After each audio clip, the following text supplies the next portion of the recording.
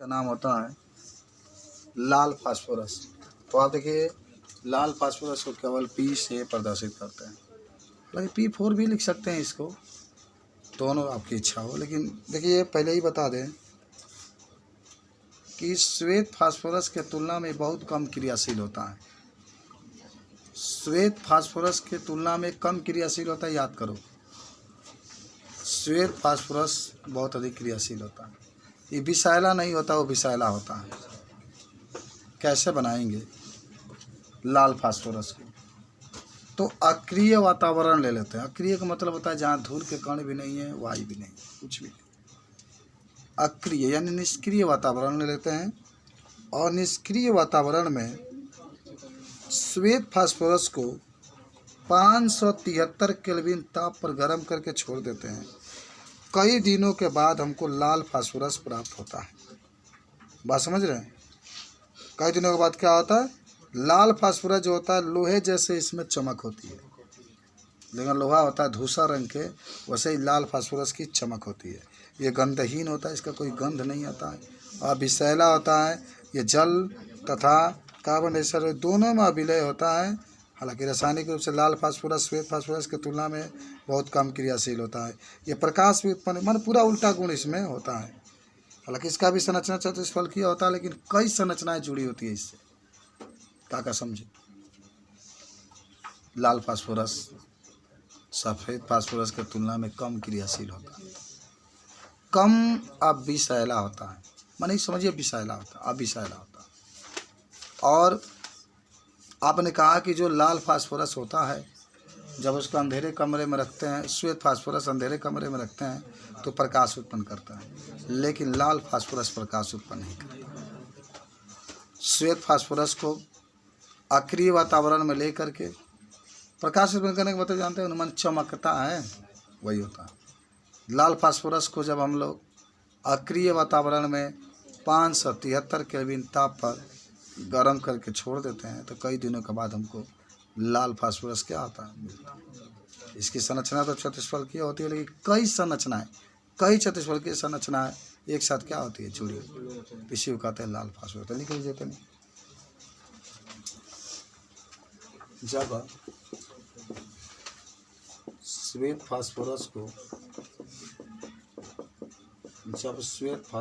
को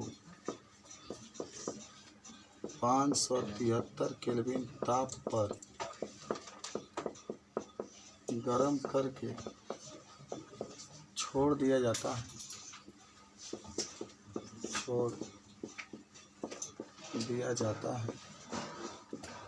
तो कई दिनों के बाद लाल फास्फोरस प्राप्त होता है।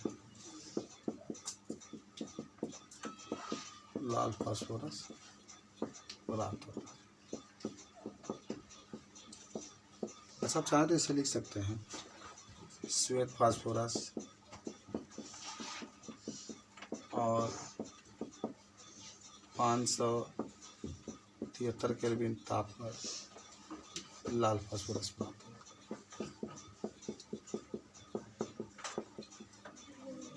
फास्फोरस, लाल फास्फोरस के तनिक गुण देख लेते हैं। लाल फास्फोरस के गुण,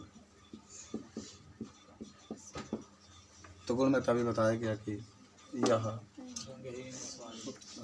गंधहीन होता है, यह गंधहीन, अविषैला तथा जल और CH2 का मतलब कार्बन डाइसल्फाइड में अविलय होता है,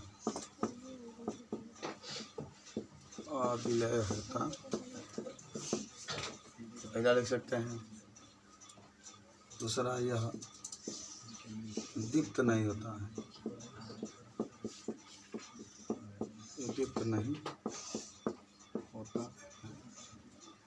ऐसा कह सकते हैं। यह श्वेत फास्फोरस के तुलना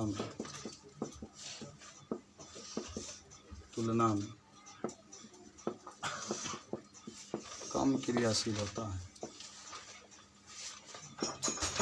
कम क्रियाशील होता है।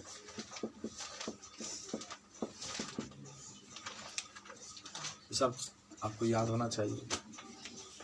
अब कहना है कि लाल फास्फोरस की संरचना चतुष्फलकीय होता है। देखो चित्र बनाया है ना, क्यों चतुष्फलकीय वाले के इसके साथ जुड़ कर एक लंबा श्रृंखला बनता है, ठीक है ना। इसकी संरचना चतुष्फलकीय होती है।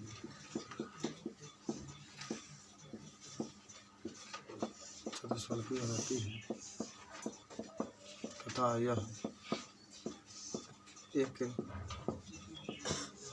लंबा श्रृंखला बनाता है।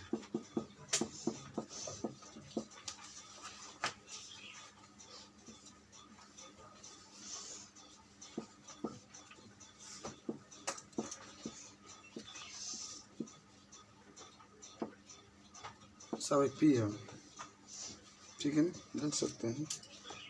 ये भी पी, ये भी पी, ये भी पी और ये भी पी।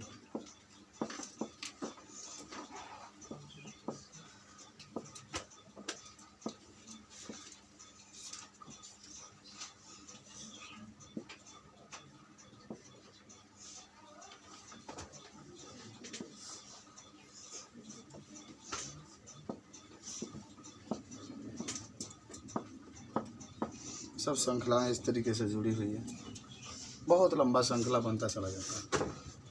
यही होता है लाल फास्फोरस की संरचना। आपसे कोई पूछे तो लाल फास्फोरस के बारे में बता सकते हैं। तीसरा जिसमें बात आती है उसका नाम होता है काला फास्फोरस। लाल फास्फोरस का आइए